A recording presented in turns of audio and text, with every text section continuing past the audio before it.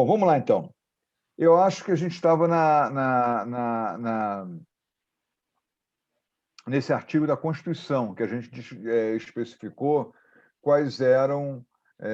alguém me corrige, está errado? Não, acho que era isso mesmo, a gente parou nesse dispositivo, que eram quais eram os direitos de fiscalização e aproveitamento econômico, quer dizer, o que o direito autoral, como o direito autoral aparecia na Constituição. E aí, então, vamos ver os paradoxos aqui do livro eletrônico, né? Quer dizer, a criançada vê um livro físico e não sabe o que fazer com o livro físico. É o grande dilema do mercado hoje em dia. Quer dizer, a tendência, quer dizer, o panorama que se desenha como um panorama estável é a convivência livro físico, e-book, audiobook. Quer dizer, não vai sumir o audiobook, perdão, não vai sumir o livro físico, mas vai ter mais gente usando o audiobook. Hoje eu participei de um debate ontem.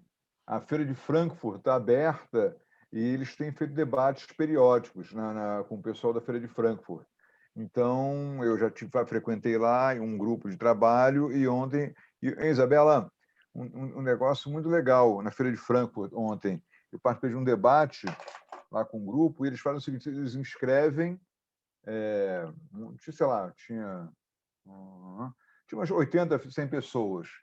Então, os caras fazem umas palestras e aí você, aleatoriamente, durante 5 minutos, 6 minutos, você é conduzido para uma sala de conversas aleatória. Eu fui com uma americana, uma egípcia, uma australiana e sei lá, um russo lá, qualquer lá.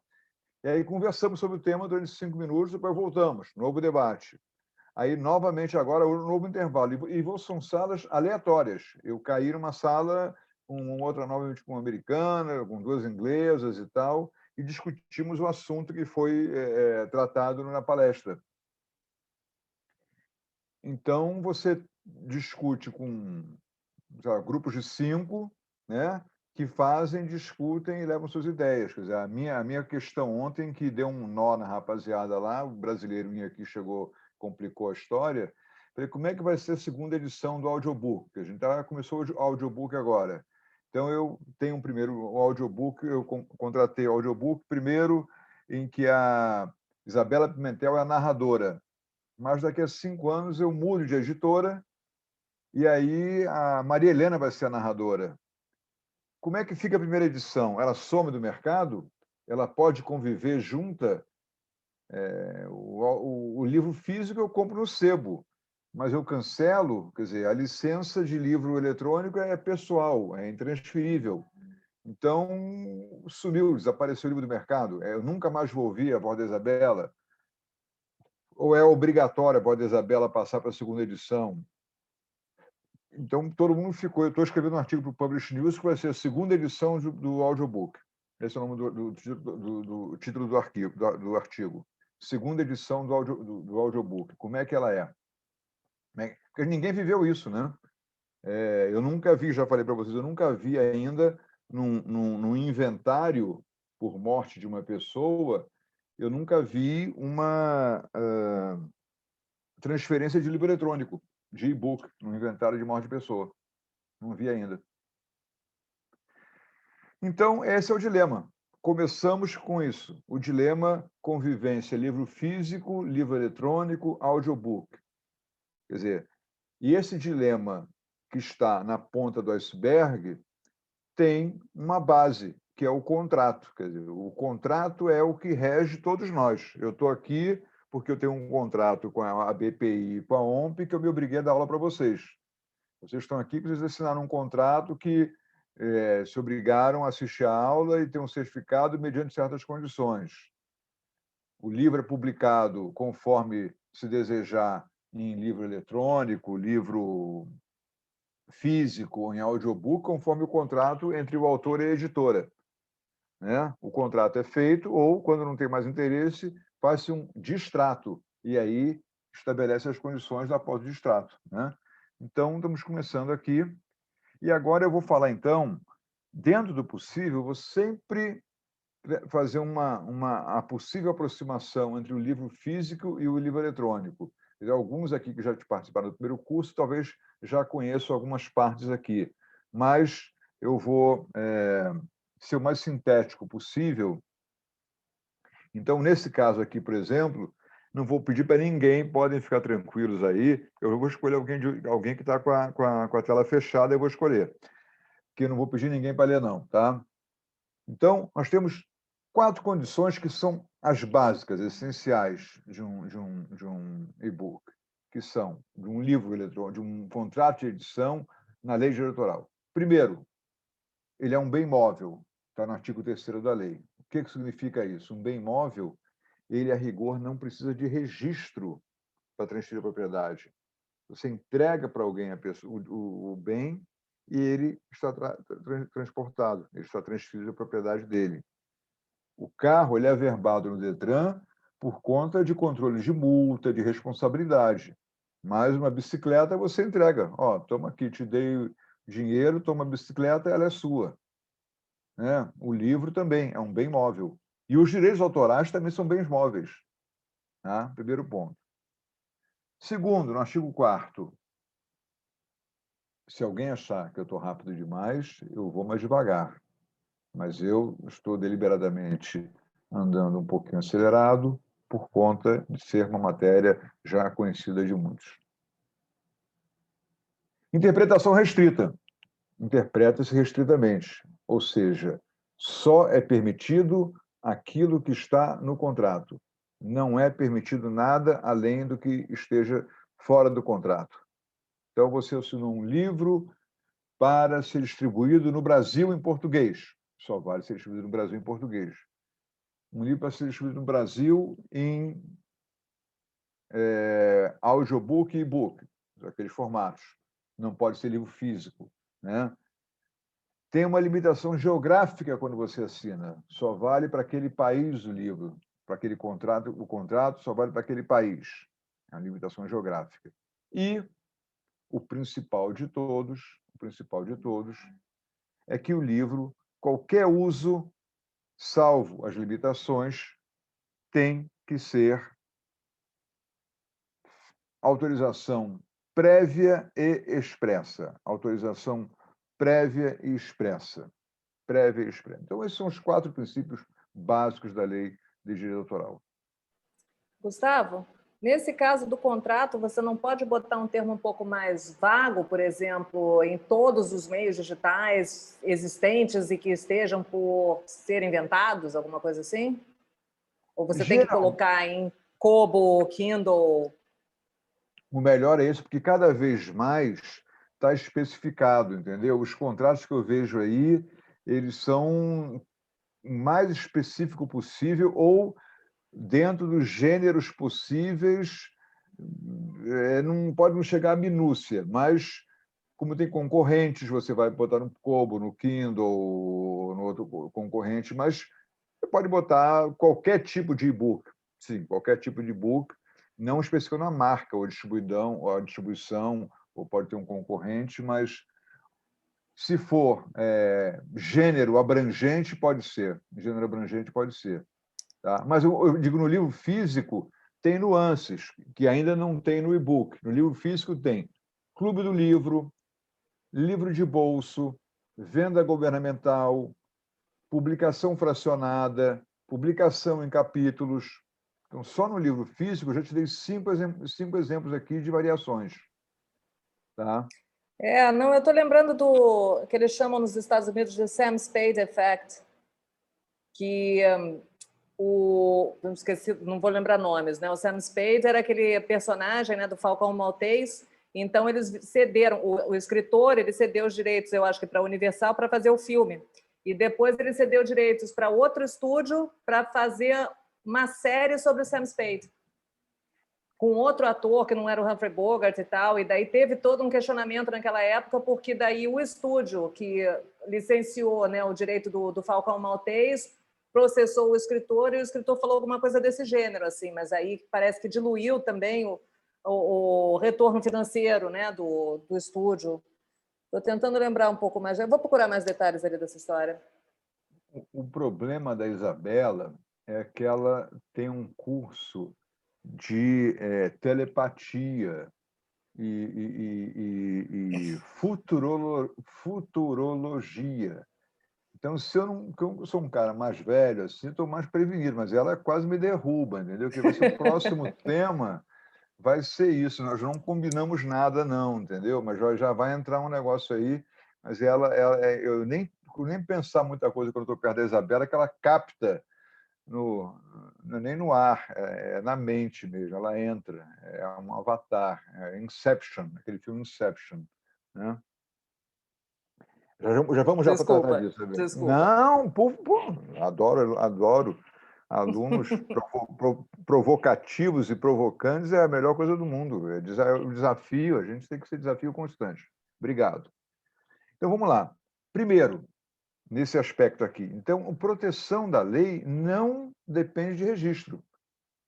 Quer dizer, é bom ter um registro disso para um livro original, um livro novo, uma ideia nova, mas a rigor não depende de registro. A lei do livro é que recomenda o registro por conta de cessão de direitos para outras editoras. Então, vamos lá. O Harry Potter está no Brasil com a editora X, mas amanhã muda de editora, a nova editora compra os direitos e passa a ser a responsável pela edição no Brasil. É bom botar na Biblioteca Nacional, porque aí amanhã não pode chegar o americano e pagar um valor ou entender errado que era outra editora. Ele vai saber quem era a titular do livro, que pode ter direitos, pode receber uma tradução, receber enfim, uma atualização do livro. Esse serviço, eu não sei se eu falei aqui na quarta-feira, sobre a Biblioteca Nacional. Você se lembra se eu falei isso? Não, Biblioteca Nacional? Acho que não. Esse serviço normalmente é feito pela Biblioteca Nacional. Só que nesse período de pandemia, parece que está demorando a Biblioteca Nacional cerca de 8 meses para fazer o registro, até mais. Então, disso se aproveitou a CBL, a Câmara Brasileira do Livro, aí de São Paulo. Então, a CBL, cujo site está aqui, está fazendo registros em blockchain. E eu não sou só da CBL, não tenho nada a ver com isso, não. Mas eu acho que é uma opção de registro, quer dizer, eu nunca vi a Biblioteca Nacional questionar isso, porque eu acho que ela, infelizmente, não tem a agilidade que a CBL tem, mas o fato é que a CBL está fazendo um registro. O registro não é obrigatório, ele é facultativo. Seria apenas para fins de cessão de direitos autorais.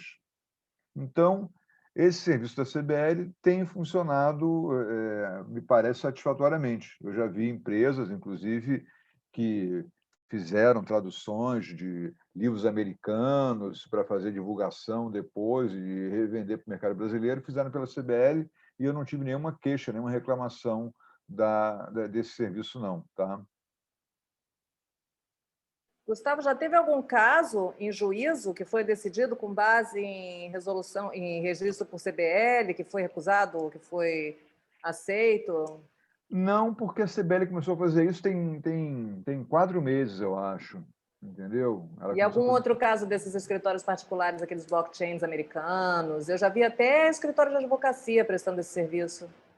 Não, já tem, quer dizer, o que está acontecendo?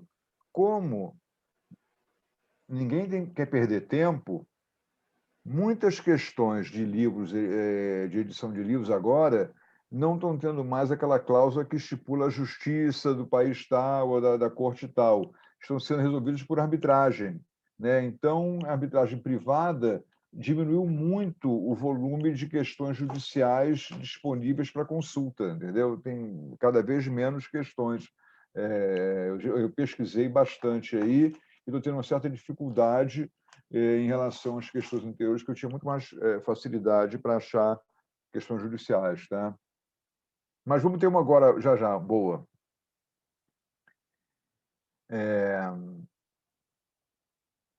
Vamos botar aqui, então, vamos fazer o seguinte aqui. Esse artigo é importante, por quê? Porque ele tem ligação direta com o e-book. O Gabriel, você me ajuda a ler esse artigo 30, apesar de estar na tela, só para fixar o pessoal aí, o artigo 30, por favor? Leio sim, mas eu acho que o seu slide não está compartilhando para gente. Eu vou ler aqui Não? na... Acho que não. Bom, pelo menos Ah, para mim calma, não calma, está calma, calma aí. aparecendo. Mas eu posso ler aqui no site, sem problemas. Não, mas agora apareceu ou não? Agora apareceu. Ah, então tá bom, desculpe. Nada, Então vocês, calma, vocês não viram a tela anterior, não? Não viram a tela anterior, não? Ah, é isso aqui, ó. Bem que eu comentei o fato, ninguém falou nada, ninguém... Ah, pô. Reclama, pô. Aí. Era isso, entendeu? Essa figura que eu botei aqui. Deu para ver agora? Agora deu. Então era isso, os princípios básicos estão aqui, que eu botei na tela aqui, né? Esse do livro do registro, está aqui o site da CBL, daqui embaixo. Ah, agora sim, pô. E eu pensando que estava compartilhando, desculpem. Então vamos lá, eu sei que está na tela, mas dá uma lidinha para mim aí. Vamos lá. Artigo 30. No exercício do direito de reprodução, o titular dos direitos autorais poderá colocar à disposição do público a obra, na forma, local e pelo tempo que desejar, a título oneroso ou gratuito. Tá, agora passa para o parágrafo segundo, por favor. Em qualquer modalidade de reprodução, a quantidade de exemplares será informada e controlada, cabendo a quem reproduzir a obra a responsabilidade de manter os registros que permitam ao autor a fiscalização do aproveitamento econômico da exploração. Obrigado. Então vamos lá. Primeiro, no exercício do direito de reprodução, o artista pode utilizar, reproduzir, publicar o livro, ou a obra. O titular não é só o autor, não. Aí, obviamente, que o titular pode, mas o autor pode muito mais. Quer dizer, autor e titular, leia isso aí, tá? Pode colocar à disposição do público a obra na forma, local e pelo tempo que desejar, a título oneroso ou gratuito. Então, tem gente que diz, olha, eu vou abrir a TV tal, está botando filme tal sem pagamento nenhum. Eu vou abrir o filme por um tempo. Ou eu vou botar o livro eletrônico tal em definitivo liberado. Eu vou botar só em livro físico à disposição e vou vender em físico em livro eletrônico. Vou limitar o território. E, no parágrafo segundo, o que diz? Em qualquer modalidade, olha só, em qualquer modalidade de reprodução, a quantidade de exemplares será informada e controlada. Então, isso aqui se aplicaria ao livro também, aquele dispositivo que a gente viu sobre numeração. Em qualquer modalidade de reprodução, a quantidade de exemplares será informada e controlada, cabendo a quem reproduzir a obra a responsabilidade de manter os registros que permitam ao autor a fiscalização do aproveitamento econômico da exploração. Então, quer dizer, vamos imaginar que um autor tem um livro publicado por uma editora e ele decide, olha, companheiro, agora eu parei, eles estão lá publicando, digamos, há 30 anos, vamos dar um exemplo aí, um absurdo, 30 anos. E o autor diz, olha, agora eu não quero mais que você publique meu livro. Então, tá bom. Mas, como ele tem a obrigação de informar e controlar os livros, ele tem que manter os registros que permitam ao autor a fiscalização do aproveitamento econômico da exploração. E o autor pode, inclusive, nos 5 anos anteriores, que é o prazo de prescrição, cobrar direitos eventualmente que não estejam bem documentados, que não estejam informados. Então, esse é o fundamento. Ah, eu terminei, fiz um distrato, acabou o livro, eu quero que você me dê quitação de... Eu falei, como é que eu vou dar quitação se eu não sei o que você vendeu nos últimos 5 anos? Tá certo? Então, esse é um dispositivo que serve para o livro, e para o filme também, e para as exibições de filmes também, é possível, é necessário isso, tá certo? Isso está lá na lei, na parte do livro, só que hoje em dia ninguém numera livro, porque eu já falei na última vez, numerar um livro tem um custo excessivo, né? A impressora, a editora perde tempo de impressão. E agora vem o dispositivo-chave, que permite essa distinção entre diferença de modalidades de uso. Como a Renata Cury ainda não leu aqui, ela vai ser eleita por unanimidade por mim para ler, então, o artigo 31 da lei, que está na tela. Está na tela? Está na tela, está na Tá tela. na tela. Ok. Artigo 31. As diversas modalidades de utilização de obras literárias, artísticas ou científicas ou de fonogramas são independentes entre si, e a autorização concedida pelo autor ou pelo produtor, respectivamente, não se estende a quaisquer das demais. Então é isso. Então vamos lá. As diversas modalidades de utilização da obra artística, científica, fonograma, são independentes entre si. Livro eletrônico, audiobook, livro físico, no nosso caso aqui, mercado editorial, e a autorização concedida pelo autor ou pelo produtor, no caso, esse produtor é audiovisual, né, o fonográfico, a gravadora, respectivamente, não se estende a quaisquer dos demais. Junta-se isso à interpretação restrita que a gente viu no início, e a gente vai ver que tem que ser o mais específico possível no contrato para discriminar o que pode, porque o que pode é só o que está escrito, e o que não está escrito não pode. Não é o que pode e o que não pode. Só pode o que está escrito. Não escreveu, né? E aqui, concretizando a profecia de Isabela Pimentel, temos o caso pioneiro, Rosetta Books. A Random House é uma mega plus alfa editora americana, teve um caso com a Rosetta Books nos Estados Unidos, na Corte de Nova York, em 2011, em julho de 2011. Está na internet. E o que diz esse caso? Basicamente, a Corte achou que o direito de imprimir, publicar e vender os trabalhos em formato de livro não inclui o direito de publicar os trabalhos em formato digital. Esse foi o primeiro precedente assim que teve no livro digital em 2001, longínquo ano, metade da turma não tinha nem nascido aí, entendeu? Então, 2001.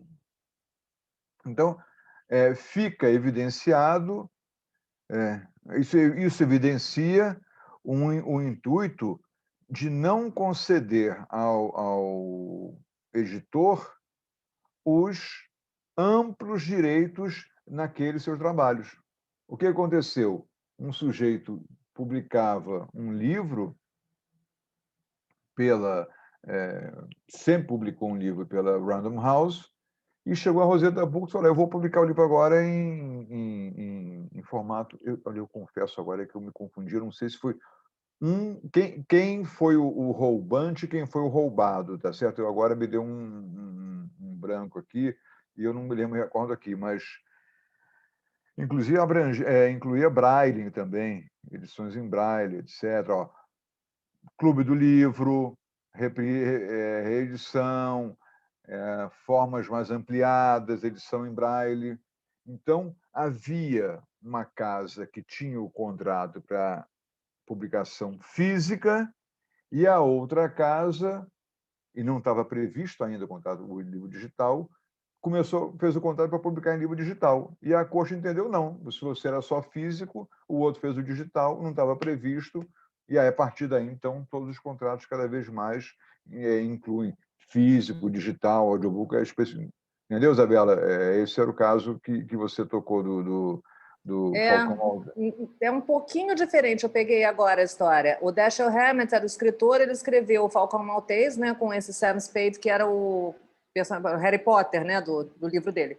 E ele vendeu os direitos para Universal para fazer o filme do Falcão Maltês, e ele vendeu os direitos para outro estúdio para fazer um filme sobre o Sam Spade. Então, é como se ele tivesse vendido para um os direitos sobre o Harry Potter e para o outro os direitos sobre os livros do Harry Potter, né? Sobre a Pedra Filosofal. As formas são independentes, mas acaba, de certa forma, ele fomenta uma concorrência entre duas coisas com quase o mesmo produto, né? Não, mas aí criou-se uma jurisprudência nos Estados Unidos, que é totalmente diferente daqui, né, também, que daí é o Sam Spade Test. Então, se o personagem foi essencial para um livro, ele não pode ser licenciado por fora. Nesse caso, por conta dessa história, né? Mas agora, se for assim, não sei, você vai... Sherlock Holmes, aí você vai pegar o Watson, por exemplo, que é o personagem secundário, fazer uma série de filmes sobre a vida do Watson, por exemplo, ou do Sancho Panza, aí pode, mas não pode fazer do Don Quixote. Isso é mais ou menos a história do aproveitamento econômico, quer dizer, o personagem principal, ele é o mote, ele é o gancho que dá o aproveitamento econômico da obra, né? A mesma coisa é a questão que a gente falou aqui, não sei se eu falei aqui, do resumo, né? Dos sites que estão publicando resumo de livros, que eles esvaziam economicamente. O cara publica em 2 páginas o resumo de um livro. Então, ele esvazia economicamente o livro, né? Gustavo, posso fazer uma pergunta? Já fez, faz a segunda. Tá, é o seguinte, quando eu estava em Londres, eu tinha uma literary agent, e ela, na época que a gente estava planejando o lançamento do meu livro e tal, ela perguntou sobre registro de livro e tal, não sei o que lá, e os ingleses são bem, né, laid back com várias questões. E aí eu perguntei justamente como é que era a questão do registro. Aí ela falou, é simples, manda o livro para você mesmo pelo correio e não abre. Foi isso que ela falou para mim para fazer. Manda o livro para você registrado e não abre no correio. Foi recomendação de uma das maiores agentes literárias de Londres. Eu queria saber se isso vale aqui para o Brasil também. É a minha pergunta. Isso era feito no Brasil nos anos 40, 50, porque não tinha registro, então a gente fazia isso. E tinha a pessoa ia, pegava, lacrava o envelope, botava lacrado, rubricava, botava um durex, uma cola e mandava para ela mesma. E usava isso muito, mas sério, isso nos anos 40. Isso é quando não tinha registro nenhum. Nossa, isso eu não vejo isso há muito tempo. Cristina entregou a idade agora. Oi? Como é que é? Cris entregou a idade agora. Não entreguei. Isabela, olha só. Todo mundo... Você vai ser minha biógrafa, cara. Já está combinado isso. A sua memória é absurda, tá? Você vai ser minha biógrafa. Mas é verdade, Bela. Olha só, quando eu estava lá, e não tem tanto tempo assim, cara. Tem o quê? 15 anos isso? Tem 15 anos, não tem tanto tempo assim. 15 anos atrás que a mulher falou a parada para mim, entendeu? Fazer o quê? Tomei essa no meio da testa. Quando ela falou registra, ela falou, manda para você mesmo e não abre. Eu estou cheio de pacote. Mas o blockchain não deixa de ser isso, né, Gustavo? É um registro no tempo. Olha, vou te dar, só para a gente ver Isso vale. como é que a coisa gira em torno desse aspecto.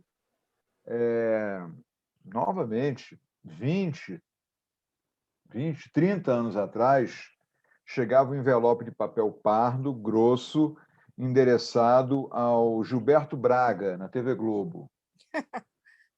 Ele levava um carimbão, peco. Prezada senhora Cristina Teixeira, recebemos seu envelope endereçado a Gilberto Braga. Não abrimos e, pelo volume, supomos que possa ser alguma obra audiovisual em forma de roteiro. Nossos autores não estão autorizados a receber o roteiro de ninguém, a não ser da TV Globo. Por esse motivo, o envelope lhe é devolvido, lacrado como veio, e só faltou dizer, nunca mais mande nada. Mas, e devolveu a pessoa. Por quê? Porque as pessoas começaram a mandar o envelope, de roteiros assim muito evidentes, muito óbvios, muito tradicionais, história de amor, a menina pobre viu o rico que largou a mulher e casou, não sei o quê, o roteiro padrão, né? Que Assim. interessante. E Foi o aí então Aquarela do teve Brasil que teve isso, né? Não, e Isabela, isso que o Gustavo está falando faz total sentido, porque naquele curso da Laís, a Rede Globo continua fazendo a mesmíssima coisa, só que agora eles vetam eletronicamente, eles têm um código nos computadores que veta a entrada de qualquer coisa, qualquer script na Rede Globo que não seja autorizado pela Rede Globo, que eles têm lá um código lá, através do Final Cut, que você não consegue meter nada lá dentro que não seja autorizado, entendeu? Só que agora de uma forma eletrônica também, sacou? E só A mais Globo, uma. Pode falar, Isabela. a Globo teve um caso, né, com a Aquarela do Brasil, não foi?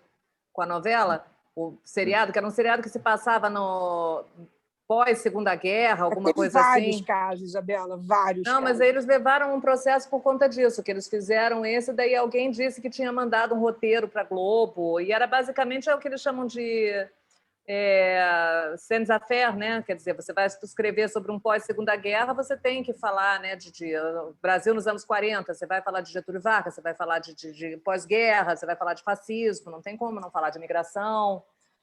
Já teve aqui caso, o Guilherme Figueiredo, falecido, irmão do presidente, processou a Dalal Oscar por causa de uma peça sobre carnaval. Reclamou que tinha Pierrot, Colombina, Alecrim e o Zé Pereira. Como é que eu vou fazer um carnaval com esses caras? O carnaval com o quê? Botar o Zorro, né? Hitler. Flintstones, Hitler? Não tem. Mas olha aqui, só agora, na outra ponta, só para terminar aqui, na outra ponta, é difícil, mas qual é o instrumento? Vamos dizer que eu consegui chegar na Globo com um roteiro genial. Aí eu digo o seguinte, olha aqui, você leva um documento e diz assim, alô, roteirista, estou te apresentando o roteiro da minha novela O Direito de Nascer, sei lá o quê, sobre aborto, parará, condenando as folhas, e unicamente para a sua apreciação de conveniência. Caso não seja publicado, você se obriga, não seja aproveitado, você se obriga a não utilizar esse produto, esse roteiro para outras peças futuras. E já vi gente fazer isso. Porque você submete, um cara bom submete um roteiro para uma companhia, para um filme, e a companhia rejeita. Quer dizer, eu não sei casos agora, mas já teve casos de filmes famosíssimos que tiveram uma primeira rejeição para uma companhia que depois se arrependeu amargamente porque o filme virou um blockbuster e eles rejeitaram, quer dizer, né? Tem quantas companhias e quantos atores que foram rejeitados na gravadora que E acharam que era peças de teatro também. Peças de peça teatro de teatro aconteceram também. também. Então, se você tivesse ideia da genialidade da pessoa e da criatividade, tanto a criatividade surge, demora a surgir, quanto também eu conheço casos de autores que lançaram 2, 3 livros, fizeram um maior sucesso. No quarto livro, eu ouvi essa frase: a inspiração não pintou.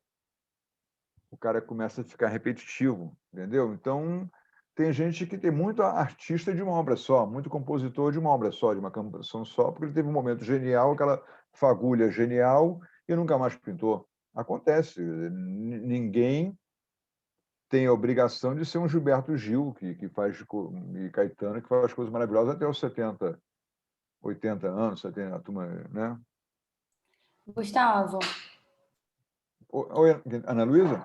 isso, sou Oba, eu. oba. Diga lá. Então, eu gostei muito do comentário da Isabela e acho que da Cristina também, é que eu não vi aqui o nome. Isso, mas sobre Sansa Ferro, o que que acontece? Tem um acordo que eu acho muito legal para ilustrar esse caso, que é o caso, acho que envolve inclusive a Rede Globo, eu não lembro, do filme da Xuxa, o Xuxa e os Duendes. Salvo engano, esse filme sofreu uma acusação de plágio. E no acórdão tem uma descrição bastante interessante, não sei se alguém aqui atuou nesse caso, enfim, de que, por exemplo, não era um caso histórico, ou seja, era uma história nova, mas ele foi isentado da acusação de plágio, foi considerado inocente, por quê? no roteiro, a juíza, os desembargadores entenderam que tinham elementos que eram comuns àquele gênero. Então, era uma história sobre fadas, que iam ter fadas, duendes, elementos mágicos, e que isso seria comum a qualquer roteiro que abordasse esse tema. Então, para além do exemplo muito bom que a Isabela trouxe também, de um fato histórico, né? Tem essa questão, dependendo do gênero, isso a gente vai ver o tempo inteiro em PI, a gente vai ver em marcas, a gente vai ver em diferentes setores de PI, e direitos autorais, né, principalmente, a presença de elementos comuns àquele gênero, àquele segmento, e que não necessariamente vão implicar em plágio. E aí eu vou deixar aqui depois nos comentários, no chat, o acórdão, que é muito legal para quem quiser explorar uma explicação mais técnica sobre isso.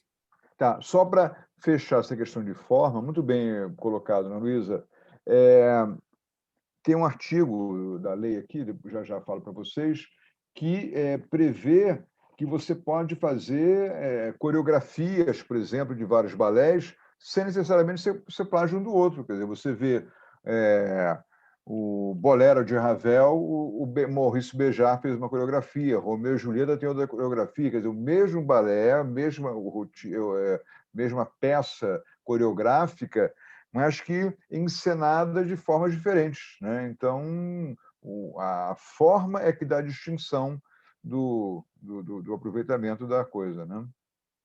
Você é de onde, Ana Luísa? Eu sou de Belém. E está em Belém também? Não, eu moro em São Paulo atualmente. Bom. Mais uma de Belém, então, Isabela, né? Ótimo.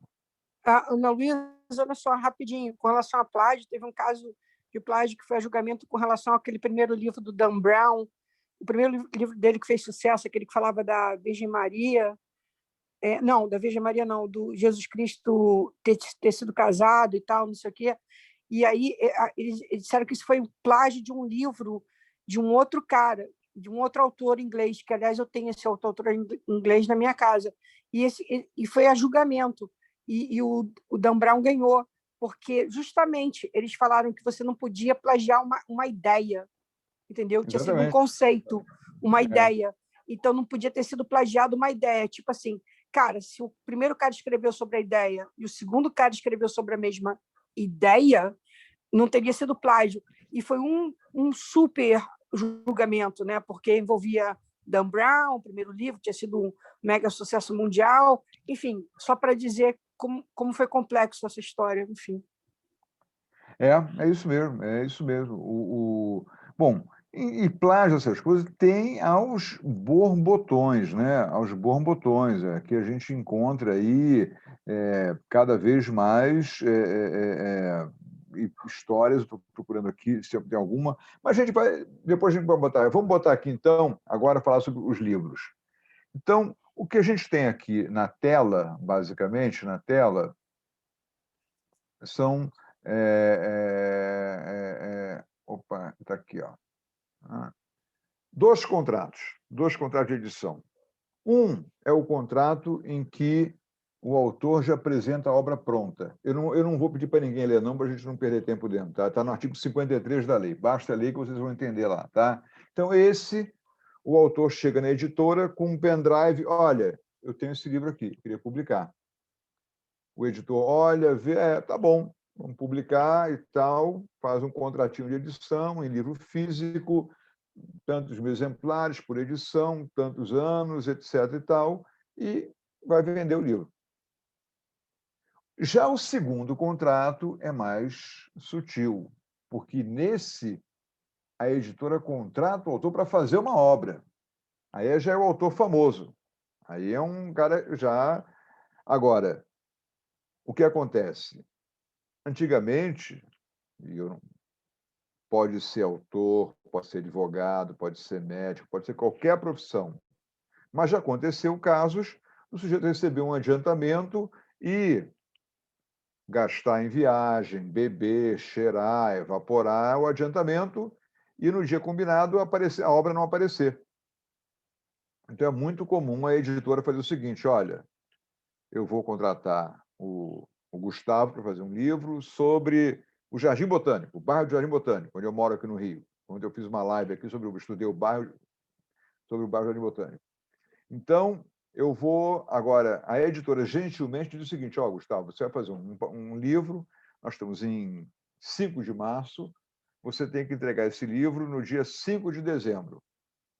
E você tem que fazer uma média de... O livro vai ter... São 10 meses. Você vai ter 200 páginas. Você tem que entregar 20 páginas por mês, no mínimo, do livro. E a gente vai botar um cara para te acompanhar, para te dar suporte físico, suporte de pesquisa. E você vai ter que entregar 20 páginas no mês. Agora, se até 40%, se até julho você não entregar nada, está rescindido o contrato. Você não vai esperar chegar dezembro para dizer: olha, je suis désolé, gastei todo o dinheiro e não entreguei o livro. Mas calma aí, mas e agora? Como é que eu vou? Então, hoje em dia tem se feito o acompanhamento do livro, entendeu? Faz o acompanhamento do livro. Então, a editora está fazendo isso para, mesmo gente famosa e tal, estão de olho lá para não acontecer problema, tá certo? Então, aqui, resumindo todo o contrato de edição aqui, o que nós temos? Qual é a obrigação do autor? Está aí no artigo 58. O autor tem que entregar o original da obra. Qual é o direito do autor? Receber remuneração. Qual é a obrigação do editor? Comercializar a obra. Qual é o direito do editor? É exclusividade. Então, basicamente, é isso. O livro vai lá ser publicado e com exclusividade para um, para outro. Enfim, essa é a regra. A aula vai ter 7h30, Isabela, é isso? É a hora que você quiser. Sextou para a gente aqui. Eu estou me divertindo. Não, até 7h30. Tá bom, tá ok. Porque o que eu vou fazer aqui? Eu vou fazer o seguinte: para eu não ficar lendo, tal, não sei o quê, eu acho que eu podia deixar aqui. Eu vou falar só um ou outro artigo mais interessante desse item aqui, porque esse é um índice do contrato inteiro, de edição, tá certo? E eu quero ver mais outras coisas com eles. Então, tá bom assim? Eu deixo esse índice aqui, eu vou mandar a apresentação para você depois e tal, mas é este índice aqui, eu queria que vocês printassem ou salvassem essa tela, porque esse índice aqui ele vai facilitar vocês a lerem a parte do contrato de edição na lei de direito autoral, tá certo? Franciene, tá ok? Tá entendeu? Você tá com a cara meio triste aí, não gostou? Tá tudo bem? É isso mesmo? Ok? Confere? Tudo bem, é porque meu gatinho ele tá aqui passando no meu pé. Aí eu tô mais quietinha mesmo. Mas tá tudo bem, né, com ele aí, Tá tudo bem? Tá certo, então tá bom. Então, lembrança para ele aí, bom proveito aí. Tá? Então, vamos lá. Então, o que eu vou destacar desse ponto, desses itens aqui, que eu acho que são importantes para vocês verem em termos de truque de mercado de direito autoral. Já o Franciene, que você está aí muito empolgada, lê para mim o artigo 56 da lei. Você está com a lei na sua tela, na tela? Você consegue achar, não? Estou aqui, vou pegar o artigo aqui. 56 ou 58? Não, 56, 56. Tá, peraí. Vou digitar aqui 56. Entende-se que o contrato versa apenas sobre uma edição, se não houver cláusula expressa em contrário. Vai. Aí, parágrafo único. No silêncio do contrato, considera-se que cada edição se constitui de 3.000 exemplares. Obrigado. Então, qual é o truque aqui? Quando a pessoa faz uma edição, geralmente ela faz edição por prazo. Eu vou fazer um contrato com a Franciene, então é a editora do Gustavo, vou fazer o seguinte: durante 5 anos ou 3 anos, eu vou publicar tantas edições quantas forem necessárias para atender a demanda do mercado. Então, não é uma edição. Agora, Então, não é uma edição. Se eu não falar nada, eu vou publicar o seu livro, entende-se que eu contratei uma edição apenas e contratei 3.000 exemplares. O livro bombou, demanda enorme no mercado. Eu falei, não, acabou, é só uma edição, 3.000 exemplares. Agora, lançou o livro, foi um sucesso, torto arado, livro que, de repente, ganhou prêmio e tal. A editora, durante o prazo que ela combinou, 5 anos, está todo mundo pedindo, vende 3.000, 5.000, 30.000, 10.000 exemplares, vai vendendo, tá certo? Então, se não falar nada, vale só uma edição e vale só 3.000 exemplares, tá certo? Isso é muito importante em qualquer contrato, principalmente se vocês forem editores, vocês vão querer publicar o máximo possível, ter o poder de publicar o máximo possível, tá certo? Se você for autora e não tiver muita certeza, olha, eu vou publicar uma edição só, podendo renovar. Porque às vezes aquela editora não é a ideal, pode ter uma editora melhor, uma específica, que você quer, você tem meu sonho de ser publicado pela a editora tal tem mais recursos para vender o livro, tá certo? Então, isso é importante a gente ter essa opção, tá ok? Agora, um outro ponto importante. Vamos ver. Beatriz, você está com a lei aí, Beatriz Dornelas? Está com a lei na mão aí? Então, pega aí o artigo 63 para mim, por favor. 63. 63. Artigo 63. Enquanto não se esgotarem as edições a que tiver direito o autor, não poderá o autor dispor de sua obra, cabendo ao editor o ônus da prova. Parágrafo 2º agora. Pulo o primeiro, parágrafo 2º. Parágrafo 2º. Peraí, deixa eu só descer um pouquinho. Parágrafo 2º. Considera-se esgotada a edição quando restarem em estoque, em poder do editor, exemplares em número inferior a 10% do total da edição. E lê o 65, então, também, só para a gente ver, para fazer um complemento. Artigo 65. Esgotada a edição e o editor, com direito a outra, não a publicar, poderá o autor notificá-lo a que faça em certo prazo, sob pena de perder aquele direito, além de responder por danos. Ok, muito obrigado. Então, vamos lá. Imagina. O que a gente entende dessa leitura desses dois artigos? É o seguinte, 63. Enquanto não se esgotarem as edições que têm direito, o autor não pode dispor da obra. Então, o editor pode publicar, vai publicando. 5 anos, está todo mundo pedindo, vai publicando pelo editor e o autor não pode vender o livro de jeito nenhum. Agora, se ela considera esgotada quando estiver em estoque 10% do total da edição. Aí considera-se esgotada a edição. E aí, nesse caso do 65, esgotou a edição. O livro foi oferecido para o mercado didático. Começaram as aulas em São Paulo.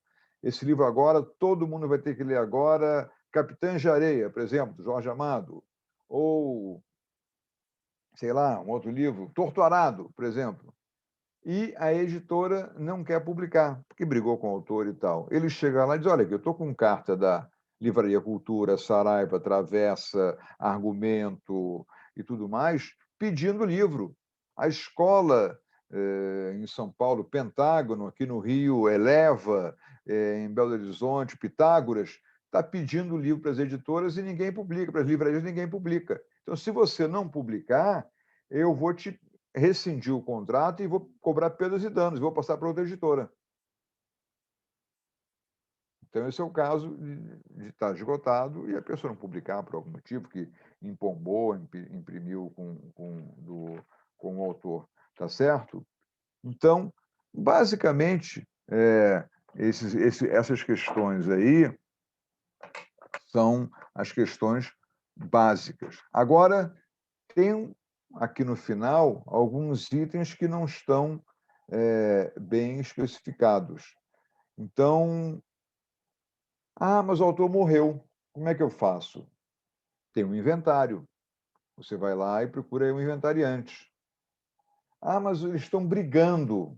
Eles estão brigando, eu recebi uma grana e estão me acusando de roubar. Faz o seguinte, editor. Está em que tal? Está na primeira vara de órfãos do Rio de Janeiro? Doutora juíza, eu sou o editor do livro X. Está vendendo a beça. Eu não sei quem é o dono desse negócio, porque os herdeiros estão brigando, tem um inventariante, então eu vou pedir para depositar em juízo o valor dos royalties e a senhora distribui para eles aí. O que eu não quero é que respingue para mim o direito, a briga deles. Ou, ao contrário, eu quero publicar um livro do, digamos, João Baldo Ribeiro, falecido João Baldo Ribeiro. Não acabou o inventário. Você vai lá e procura o inventariante do espólio para assinar um contrato com ele. Tá certo? Ou, então, às vezes, como hoje em dia tem, por exemplo, a VM, que é do Vinícius de Moraes. Você vai lá e contrata com a empresa que tem os direitos que podem ser transferidos em vida para o Vinícius de Moraes. Eu quero publicar, esse é um exemplo interessante, um livro do Chico Xavier. O Chico Xavier. Você vai, então, procura a Federação Espírita Brasileira, a FEB, que tem um contrato pelo qual, em vida, o Chico Xavier transferiu todos os direitos autorais para ela. Então, você procura a Federação Espírita Brasileira. Tá certo? Então, Mas, Gustavo, por exemplo, Beatriz, se uma pessoa recebeu uma carta, na verdade, assim, o Chico psicografou uma carta dizendo que seria, por exemplo, o marido de uma pessoa e tal. Essa pessoa, você entende que ela poderia divulgar essa carta em um livro, Essa sua pergunta está sendo psicografada ou você já leu alguma coisa a respeito? Não, uma pergunta aleatória, assim, se uma pessoa tem uma psicografia do Chico, se o Chico fez uma não, sabe por quê? Não, porque você tem poderes iguais a Isabela também, eu estou vendo. É o seguinte, eu vou contar o caso, tem um caso concreto que ele está aqui, ó, aqui, ó, olha aqui, tá vendo na tela? Entendi agora. Aqui. Mas eu vou contar o caso, então. É um caso, Chico Xavier, lá, olho fechado, papel, escreveu uma obra que ele disse ser de Humberto de Campos, um poeta que já havia falecido, e publicou o livro. No Rio de Janeiro, em 1963, se não me engano, por aí, 65. Os herdeiros de Humberto de Campos processaram o Chico Xavier por plágio e pediram os direitos autorais sobre a obra, já que era de Humberto de Campos. O juiz, na Guanabara ainda, ficou atônito e mandou fazer uma perícia com 3 peritos da Academia Brasileira de Letras. Você conhece esse caso, Ana Luísa? Conheço. E aí... Mas não vou dar o spoiler. Então... Eu ouvi falar esse caso, só que eu não sei o deslinde dele. Eu confesso que eu esqueci, mas é interessante. Então, os 3 peritos da Academia Brasileira de Letras constataram, olha, isso não há dúvida nenhuma, isso é um Humberto de Campos típico. Mas o juiz falou, olha, eu até fico surpreso, mas acontece que eu não posso mandar os royalties para o além, para o espírito. Então, quem escreveu foi o Chico Xavier, então quem vai receber é o Chico Xavier, e rejeitou a ação. Existe Mas um com base livro... no direito moral, eles não podiam suspender? Talvez até, talvez, mas aí o caso de falar, patrimonial, eles não querem nome nem nada, eles apenas querem. Aí, a partir daí, quer dizer, o caso concreto o direito foi rejeitado, Chico Xavier passou a receber os direitos autorais dessa obra. Tem um livro sobre isso, chamado A Psicografia perante os Tribunais, do Miguel Timpone, que foi o advogado do Chico Xavier na época. Você pode encontrar na estante virtual, você encontra esse livro facilmente, tá? Agora, até aqui eu narrei fatos. De agora em diante eu vou narrar uma suposição, tá? Não é um fato. Até aqui eu narrei fatos. Desculpa, Gustavo, o Gabriel fez um comentário aqui muito engraçado. Chico podia ter psicografado a autorização prévia e expressa também. Boa. Faltou. Acho que demorou a começar. Quando começou, já tinha passado a página, já não tinha chegado à página ainda. Ah, desculpa, o Juliano fez uma pergunta. E se ainda tivesse dentro do prazo de proteção póstuma do autor, dos 50, 70 anos? Acho que é, né? Eu não me recordo quando é que Humberto de Campos morreu, não. Acho que estava no prazo, sim. É mais interessante, bem lembrado. Mas o livro trata de tudo isso, tá? Eu não tenho detalhes. Mas Qual é o ótimas livro? perguntas. Você sabe? A psicografia perante os tribunais. Não, o Pode tirar livro na que tela Chico está. Xavier psicografou. Não sei, eu vou ver, eu vejo para você, tá? Eu vejo para você. O livro que narra o episódio chama-se A Psicografia perante Tribunais. Esse é o livro que narra o episódio. Mas aí, então, como eu falei, eu narrei fatos, a partir de agora eu vou narrar uma hipótese, uma tese, né? Que a partir daí, então, o Chico Xavier teria atribuído os livros dele ao arcanjo Gabriel, a Emanuel, não sei, Gabriel, Emanuel, não sei, para evitar de nominar espíritos. E aí, então, ele nominou, e ele, então, eu tenho o contrato, ele fez um contrato, uma escritura pública de cessão de direitos para a FEB. E eu, na época, advoguei para a FEB, e a gente lançou um livro lá em Nova Jersey, nos Estados Unidos. E foi um sacrifício para botar no formulário do Copyright Office ao todo o livro, o Espírito. Não queriam aceitar de jeito nenhum e tal, mas acabou que passou lá, e o livro que tem uma comunidade brasileira muito grande em Nova Jersey, que não lê inglês, que só lê português, que foi para lá, mas não fala inglês direito. Eles querem ler livros em português. Então, foi isso. Então o caso é esse aqui. Esse é o caso curioso que você perguntou, Beatriz, e que já tinha aqui uma...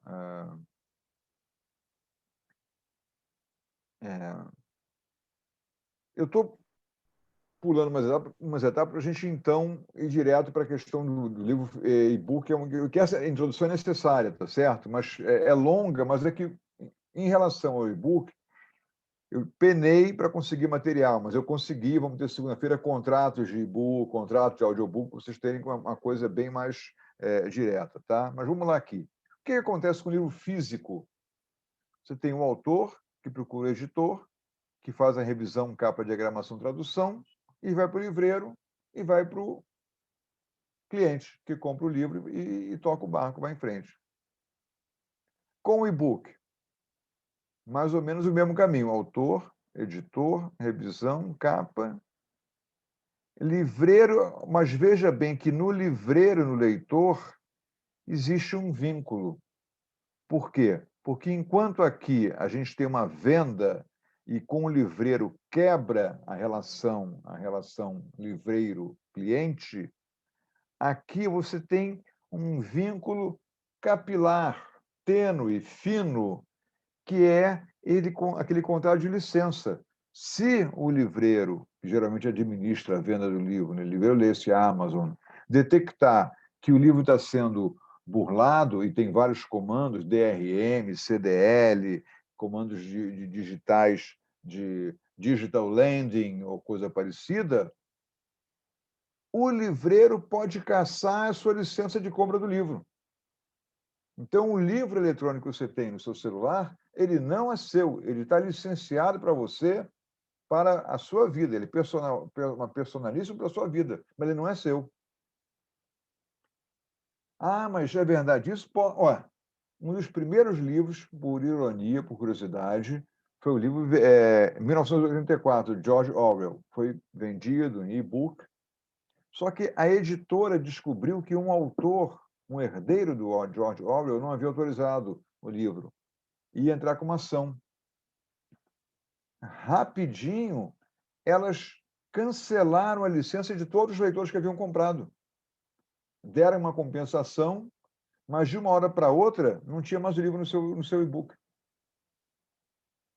Então a editora está ali, é que eu digo, quando com alguém que faz maldade com uma pessoa, te dá um doce, um brigadeiro, mas com um barbantinho. Se fizer maldade, ela puxa da tua garganta, você não consegue comer. Ela está sempre tem uma vinculação com você que vai te deixar, né, ela joga uma boia, mas transforma em escravo uma boia com algema.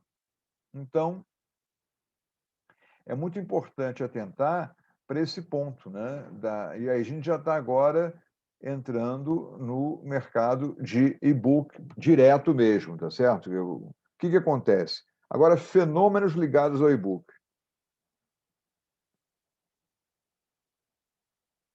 Pesquisas mostram que o uso de telefones celulares e smartphones e texting, né, de conversas e tal, está fazendo lesões de polegar com excessivo uso. Então, a gente está começando a ver, não é bem e-book, mas é a questão com o uso de aparelhos, né, que estão tendo a... Você não move esse movimento que você usa esses 3 dedos para virar a página, o corpo não está fazendo mais, esse tendão não está sendo usado. Mas o movimento de pinça, que eles chamam, de dedo polegar com o indicador, aumentou muito. Então, você aperta para mudar a página, você aperta na lateral do aparelho, né, para mudar a página. Então, está havendo mudança de ergonomia, principalmente na juventude.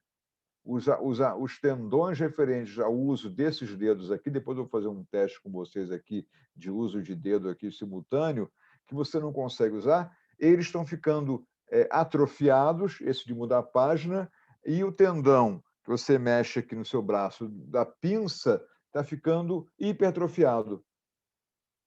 Então, a gente vai começando a ver a mudança ergonômica na sociedade, né? Então, tem uns paradoxos aqui. O sujeito confessa seus pecados no Facebook, só que tem um megafonezinho ali. A Franciene está falando que no dedo mindinho também algumas pessoas têm um buraco. Explica isso direito, Franciene. Ai, Jesus Cristo. Então, se vocês forem observar, a mão que vocês usam o telefone assim e pega, nessa mão que vocês geralmente usam, o dedinho, ele tem aqui, ó, é fundo, olha. Só passar a mão que vê. O meu é. De muita gente também é. Eu também Caramba. Calo. Caramba, Uma descida, calo. parece, né? Uma descida assim, ó. Não é uma protuberância, é uma reentrância, é isso? Isso, fica tipo pra dentro. O meu também Agora tem aqui, tô vendo. Todo mundo olhando para a mão agora. Caramba, é mesmo, é verdade. É verdade. É isso mesmo, já tem até um afundamentozinho aqui, caramba. Jesus. Aí, vivendo e aprendendo. Então, obrigado, Franciene, pelo comentário. É que a minha tela está ampliada aqui, Isabela, eu não estou vendo o chat aqui, entendeu? Então, não, eu pego aqui, eu pego. Tá, pega aí, sem tá? problema. Então, esses paradoxos aqui que eu estou vendo é o seguinte, a gente tem, não é só o e-book, é o fenômeno sociológico, ergonômico, anatômico, da mudança de um estilo de leitura, quer dizer, né? E aqui está o que eu falei, acho que eu falei para vocês outro dia, do cara da Amazon, do cientista da Amazon. Nós queremos remover a fricção dos nossos clientes. Então, agora, a voz é o meio de fazer pesquisa, tudo pela voz. Eu, às vezes, falo aqui uma coisa e o meu celular responde aqui. Ok, Google, não sei, ele me responde aqui. Né? Eu já adotei agora, minha letra já era ruim, eu sou adepto total de digitar a petição para o computador pelo Word. Você dita e ele escreve. Né? Não sei se você já tem esse comando aí, vocês conhecem esse comando? Usa esse comando ou não? Quem faz petição aí? Alguém usa ou não? Mas existe no Word. Você dita, você fala, eu vou à esquina comprar jornal, sai escrito, eu vou à esquina comprar jornal, na tela. Eu uso muito no WhatsApp, que tem também essa ferramenta para digitar mensagem quando eu estou com preguiça de digitar e não quero mandar áudio. Aí sai escrito direitinho. Então, no Word, vocês sabiam disso, que no Word tem esse mecanismo? Não? Alguém sabia disso? Não. Então, procurem no Word ditar. O ano retrasado, a Isabela sabe disso, eu impetrei o mandado de segurança para liberar os livros de censura na Bienal, quando teve aquela censura do Crivella quanto ao livro que foi Tinha Um Beijo, Dois Meninos lá e tal, e me ligaram assim, 10 horas da manhã, olha, está chegando a Guarda Municipal para fechar a Bienal aqui no Rio de Janeiro, e temos que fazer alguma coisa. Você é advogado dos editores, queremos que você faça alguma coisa. E aí eu saí indo para o trabalho no carro, digitando já para o celular no carro o mandado de segurança, já mandando o estagiário recolher custas e preparar a documentação, mandando vir notificação da prefeitura e tudo mais. E comecei a fazer 10 da manhã, 1h30, 2 da tarde, estava no forno distribuindo o mandado de segurança. E 6 da tarde, seu liminar. Mas tudo digitando para o computador. Digitando para o computador. Você digita, depois ele arruma. Depois a gente passa o corretor de texto e arruma a diagramação legalzinha. Então, a tendência é essa aqui de remove friction, né? Quer dizer, o telefone com fio, telefone sem fio, telefone com tecla, telefone com tela, telefone agora com comando de voz. Passou a ser comando, então é no friction, né? O cara da Tesla, né?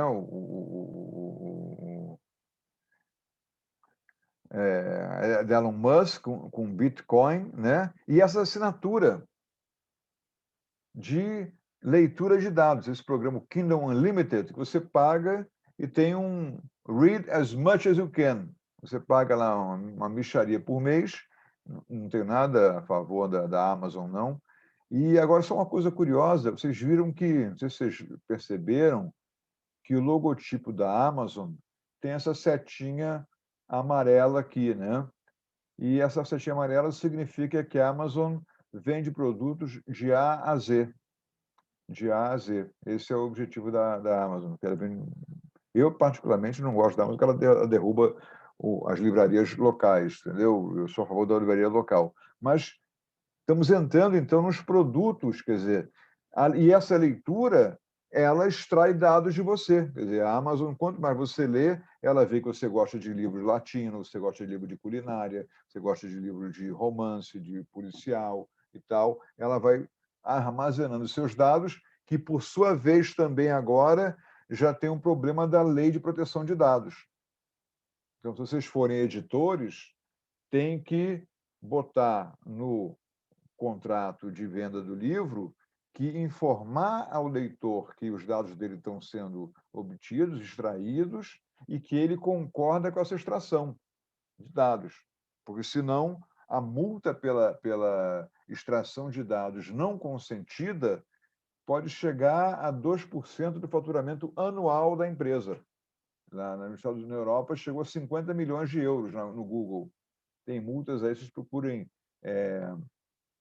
GDPR, General Data Protection Rule, e Google e Facebook, vocês vão ver, as multas são dessa ordem de milhões de euros. E a lei brasileira vai ter, entra em agosto, a possibilidade de punição. Eu já falei disso aqui? Já falei dessa loja em Paris, não? Na quarta-feira? Acho que não. Acho que só falou no primeiro módulo, mas nesse aqui ainda não. Não, então, vamos passar aqui, vamos entrar direto. E agora, então, para fechar hoje aqui, vamos falar disso aqui, que é muito importante. Aliás, não, vamos falar aqui. Então, a gente fica muito, no e-book, preso à liberdade total ou à possibilidade de publicação. E esse Creative Commons é uma tendência criada pelo Lawrence Lessig, que é um engenheiro da Califórnia, que criou um código internacional que permite opções de licenças de comercialização do produto da obra literária. Então, você pode, entre nesse site aí, creativecommons.org.br, tem várias licenças. E lá você diz, olha, pode ter licença de publicação de livro gratuita para deficientes visuais, para deficientes auditivos.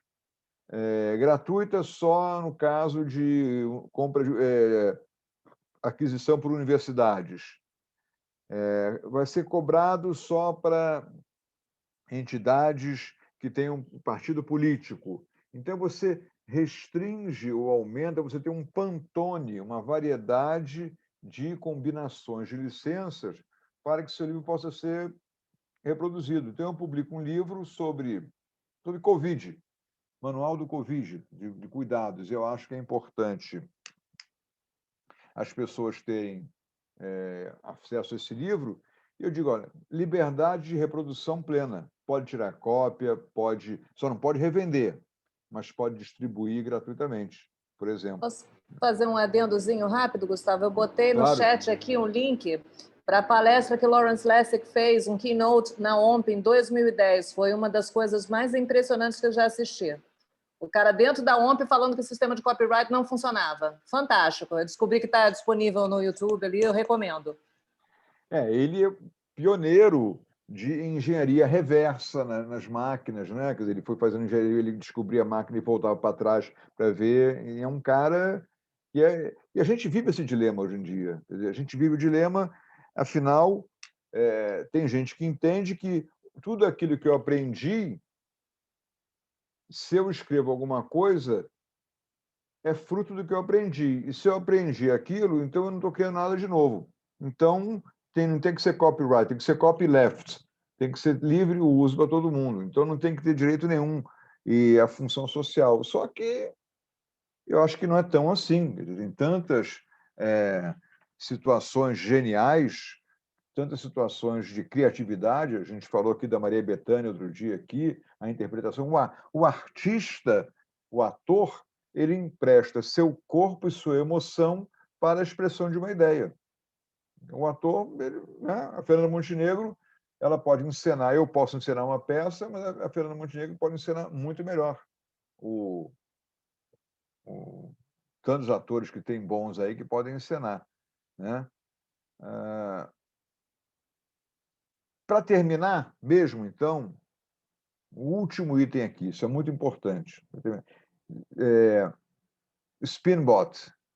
Esse site, o Spinbot, é um horror, eu odeio, é perigosíssimo, porque você põe um texto seu, você faz um teste depois, e ele altera o texto de modo a não ser detectado por um detector de plágio. Ele muda a forma sem mudar o conteúdo. Então, tem vários casos de pessoas que têm um livro publicado e, para detectar um artigo plagiado, e para detectar um sacrifício, porque ele, malandramente, seja em inglês, seja em português, ele altera a forma do livro. É muito difícil de publicar, de detectar isso. Então, esse Spinbot tem essa questão da mudança, tá certo? Bom, Isabela, segunda-feira eu vou tratar com ele só de contrato de edição de e-book, a parte legal de edição de e-book mesmo, porque aí eles veem como é que é a manha de cada contrato. Eu vou trazer contratos recentíssimos aqui, e é para a gente analisar as cláusulas. Quer dizer, hoje foi uma coisa teórica. As cláusulas práticas, como é que um editor trata um autor, como é que o autor trata um editor de e-book, tá certo? E devemos ter, no final, alguma perguntinha simplinha para responder online mesmo sobre isso, de avaliação. Tá certo? Ok? Então, meus amigos, sexta-feira, todo mundo em lockdown, bebendo em casa. Caipirinha só no delivery agora, né? Todo mundo em casa aí, o pessoal do Pato no Tucupi aí, de Belém. Belém, Pato no Tucupi, ou Ana Luísa? Lá? Eu não conheço Belém. Também tem muita coisa, tem cachaça de jambu para sexta-feira à noite, tem muita coisa bacana. Jambu é aquele negócio que fica a boca meio dormente, né? Beatriz também é de Belém, Beatriz, também? Não, eu sou do Rio mesmo, carioca. Tá bom. A cerveja está gelando já na geladeira. Então, aí, pessoal, é isso.